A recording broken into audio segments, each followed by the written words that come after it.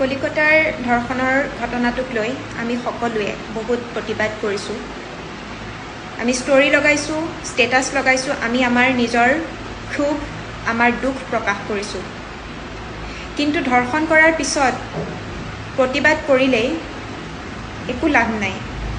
যেতিয়ালৈকে আমাৰ দেশত ধৰ্ষণৰ এখন কঠোৰ আইন প্ৰণয়ন নহয়, তেতিয়ালৈকে ধৰ্ষণ কৰাৰ পিছত এনেকৈ প্ৰতিবাদ কৰি কোনো লাভ নাই। আৰু হয়তো অতি শীঘ্ৰে এনে দিন আহিব যেতিয়া কন্যা সন্তান জন্ম হ'লে আমি মাতৃসকলে নিজে প্ৰথমে শিৰত চুমা খাই কন্যা সন্তানজনীৰ ভৰিত সেৱা কৰি আমি নিজে মাৰি পেলাব লাগিব। কাৰণ কোনো মাতৃয়ে এইটো সহ্য কৰিব নোৱাৰে নিজৰ কন্যা সন্তানজনী ইমান কষ্ট খাই মৰাটো। এজনী ছোৱালীয়ে কিমান কষ্ট পালে চকুৰে তেজ ওলাব পাৰে সেইটো হয়তো আমি কল্পনাও কৰিব পৰা নাই।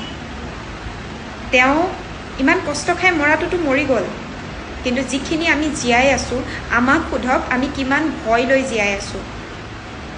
আমি নিজৰ ঘৰত ভয়মুক্ত হৈ উশাহ ল'ব নোৱাৰোঁ, ক'ৰবালৈ যাব নোৱাৰোঁ, নিজৰ কৰ্মস্থলত আমি সুৰক্ষিত নহয়। আমি কিমান শংকা লৈ জীয়াই আছোঁ আমাক সোধক। আগতে ভয় আছিলে, নিজৰ ভনীজনী, নিজৰ ছোৱালীজনী ওলাই গ'লে গাড়ী মটৰে চেপিব নেকি, জংঘলৰ মাজেৰে পাৰ হৈ গ'লে ভূত পিশাচে পাব নেকি। আজিকালি ভয় হৈছে ওলাই যাওঁতে নৰৰূপী পিশাচসমূহে পাব নেকি। গতিকে যেতিয়ালৈকে ছোৱালীক মাল বুলি ভবা, মাল বুলি কোৱাসকলক কঠোৰ শাস্তি দিয়া নহয়, তেতিয়ালৈকে ধৰ্ষণ হৈ গৈ এজনী ছোৱালী মৰি যোৱাৰ পিছত প্ৰতিবাদ কৰি কোনো লাভ নাই, কোনোৱে লাভ নাই।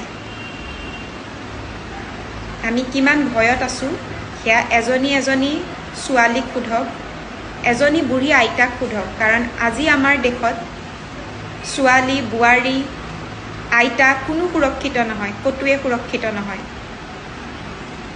ক'তোৱে নহয়।